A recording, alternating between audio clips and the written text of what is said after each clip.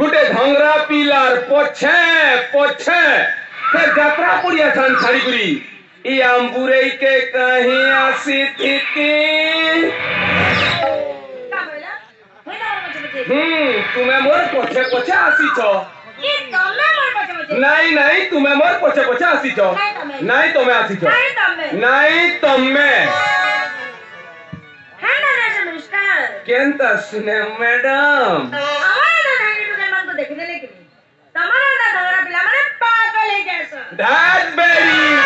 अमरंदा धंगरा पिला मानकू तुमरंदा धांगरी टुकेल मने देखी देले पूरा पूरी पागली है जैसा नहीं तुम्हें पागल है सो नहीं तुम्हें सजन साबी तुम्हारी चौपा फुलिया मुंह हल्दी मक्खा गाल के देखी कुरी मुई पूरा पूरी पागल है जैसी तुम्हार कथा सोच करी कुरी हॉस्टल नु बारंडा बारंडा नु खेली हॉस्टल के होई तुसी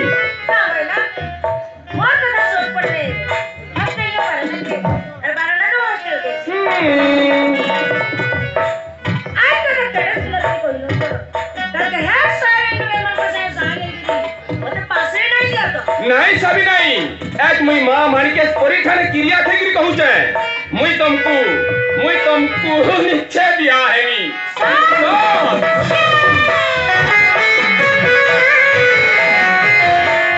अच्छा सभी तुम्हें तो एनुअल फंक्शन रे बढ़िया गीत गाउथला हेंता गीत पदे हमर दुही लुखर भल पे बाड़ी नहीं करी गे तो बोले केतनी केते मजा लगता रे हां गीत तुम्हें क्या ए सभी देखो ये आंबुरे नो केड़े सुंदर हिरिया झका मारी आउची का संग संगे कुइली हम गसे बसिकरी केंता कुहू का बोलछे ई समय रे गीत ते गातो नहीं केतनी केते मजा लगता रे मुई गानी जे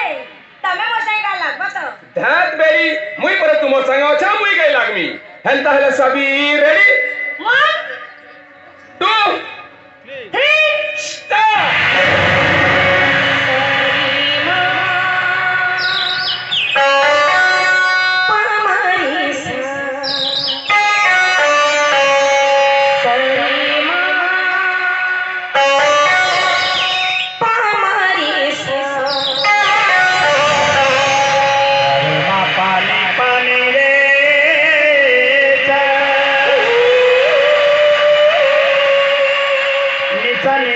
पानी मापा नहीं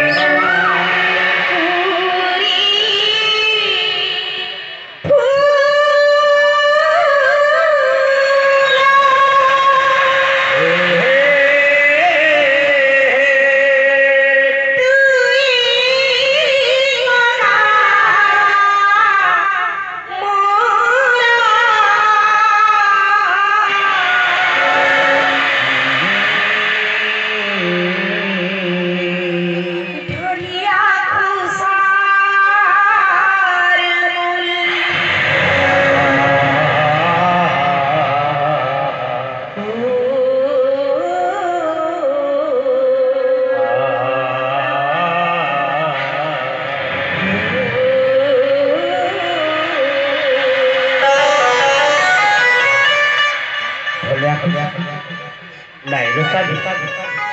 ए दुला से तेरी कथा मोर तो जानू तेरी कथा मोर तो जानू हसीता